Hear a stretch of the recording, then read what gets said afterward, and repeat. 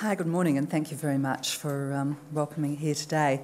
Apimondia is a really interesting role. I'm just entering my second year now, and it's the first time we've actually had representation from this part of the world at that forum. We have over 120 member countries, and it's the United Nations of Beekeepers Associations, and I sit on a board there of 14 reps from around the world, and we try and nut out what we can do to help the industry be industry worldwide. So my colleagues are from as far afield as sort of Ethiopia and Vietnam and many European representations there. There's the States, as I say, sort of Argentina, Brazil, from all over the place, and we sit around and talk about lots of issues, and certainly the colony losses has become a major issue over the last few years. So I'm just back from the Ukraine, and we're keen to ensure that we put our scientists in touch with what's happening around the world, because they've got much deeper pockets than we have, which is rather nice. So I haven't got lots of pictures for you today, but we will work through, and the discussion is, of course, bees. Are they, in fact, an endangered species now? Many of the smaller varieties are, and honeybees, which are vital to our lifestyle, are in fact becoming very endangered in parts of the world. The UN had put out an environmental report which actually stated that of the 100 food crops that supply 90% of the world's food, over 70% of those are actually pollinated by bees. So that's pretty important.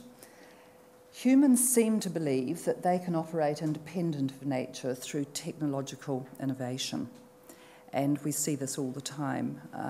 Bayer will say, oh dear, killing the bees, what a problem. But it's okay, we're working on bees and crops that don't need bees for pollination. So, that's fine. Let's sell more of these products to the world, when in fact we can go back and listen to nature and actually start to listen to what the bees are telling us. Bees, however, do underline the reality that we are more, not less, dependent on nature's services in a world of close to 7 billion people. More bees are needed to pollinate more crops, basically to feed more people, and that's the reality. The world is now waking up to the precarious position of bees, which are our #1 global pollinator. Sure, there are lots of other pollinators out there, but to get on the industrial scale the pollination that we need to feed the world, we need bees. And certainly there are many amazing initiatives worldwide as people are working with councils, community groups, businesses, schools, universities, scientific institutions to realise ways to combat not only the concrete jungles, but those green deserts that have been produced out there by the large food industry, and by so many areas that have just gone through and taken away a lot of the natural habitat, whether it's the councils that used to mow to keep everything nice and tidy. Now it's sort of quicker and easier to go and spray down all the sides of the roads. And of course, they're just taking away all the natural habitat for our pollinators. So there's lots of things. There's this huge groundswell which is starting to happen. Just talking back about some of the things that Apimondia is doing, they're working with FAO to coordinate assessment into the status and the trends of the pollinator decline. And with anticipation, we are all waiting, of course, to see what happens in Europe at the moment over the EU vote to ban the nicotinoid pesticides. Communities everywhere are rallying to help save the bees, which is really heartening. Talking to my colleague in Europe last week, he says that in the current year, again, it's 40 to 60% bee colony losses, which is pretty amazing. I mean, if a farmer down the road said that he lost 40 to 60% of his stock annually, well, you can imagine it, all hell would let loose. But beekeepers have this ability to bounce back, to split, and struggle on through. But these sort of figures are happening in areas all around the world. We want to make sure that that doesn't hit here, and we have that ability to do something about that. Going back, Barry talked about, what we're trying to estimate its worth to the New Zealand economy. The latest figures on global economic benefit of pollination amounts to $402 billion Kiwis. Pretty amazing. So, bottom line, it's about money as well as our lifestyle. Factors affecting colony losses, rather than calling it CCD, which became sort of coined in America, colony losses have been around for a very long time, and various factors will come through and take out colonies at various times. But there are lots and lots of things that are happening at the moment. Many factors that are, not helping our bees.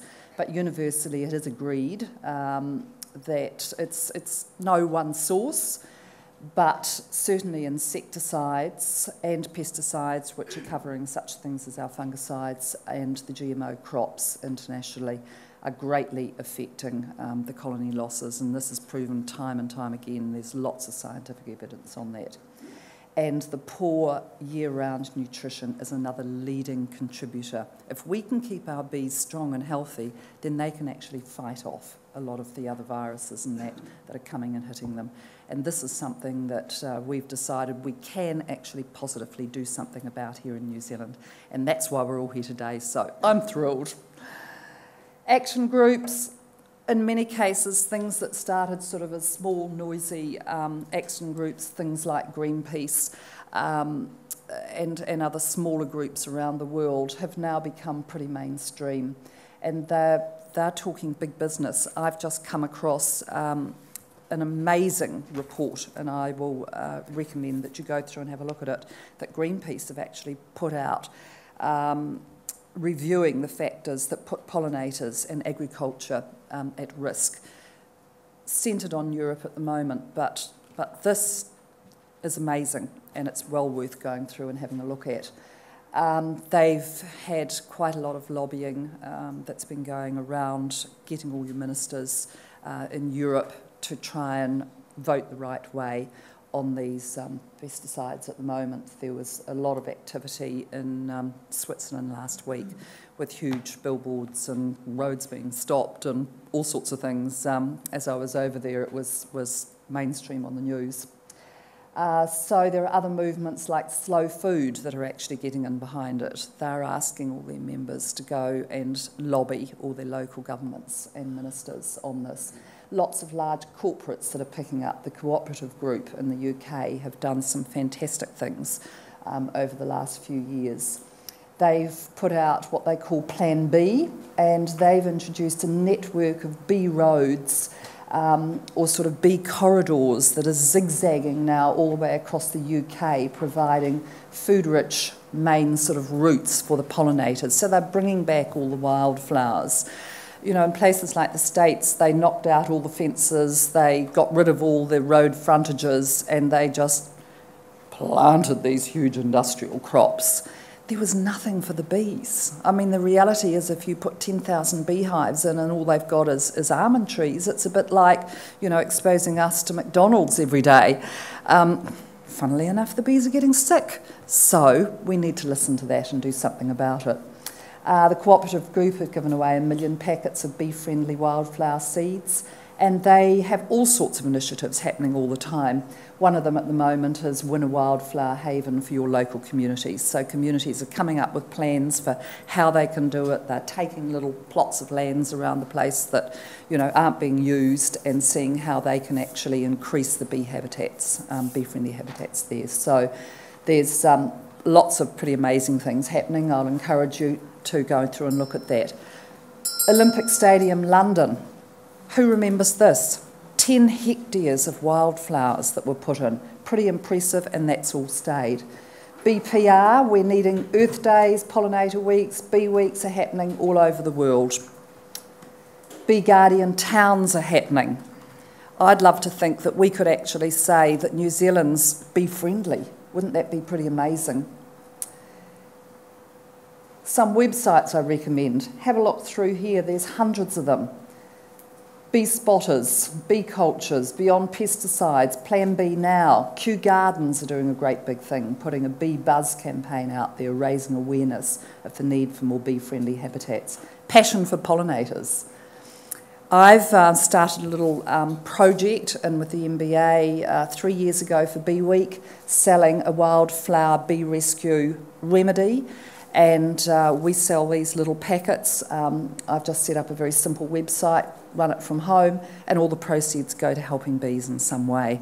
The moment we work in with the Executive Council every year and decide what we're going to spend that on, and it seems to be BPR, because nobody out there is actually standing up for the little fellas. So that's there, go to Wild Forage.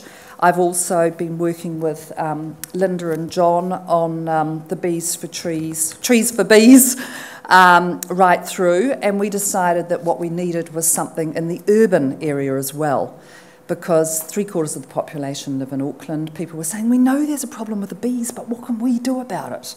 So, buy some seeds, give us some funds that we can do something with, and of course the real bonus is that you're going to plant something, but we need to educate people and tell them how to do it. So this is a wee brochure that, along with Linda, we put together and have got out there and give this away, and people are just grabbing it. They're wanting this information, so we need to give them this sort of stuff. We need to create a big buzz. We actively need to encourage all our councils. I've been pressurising Auckland Super City Council. In fact, I own 2 beehives on the Auckland Town Hall, which are our sentinel hives there, trying to keep a close eye on things that may be imported. Unfortunately, we can't get anyone in government to do this, so myself and a couple of other beekeepers have actually started to do that on our own again. And the big bonus is that we've given these hives to the mayor. We just look after them for him, so every year we present him with his honey and chew his ear off about the problems that the bees have. But there are other people. Transit New Zealand, we had a huge wildflower thing down the motorways in Auckland that some of you might remember. Everybody loved them. They took them away.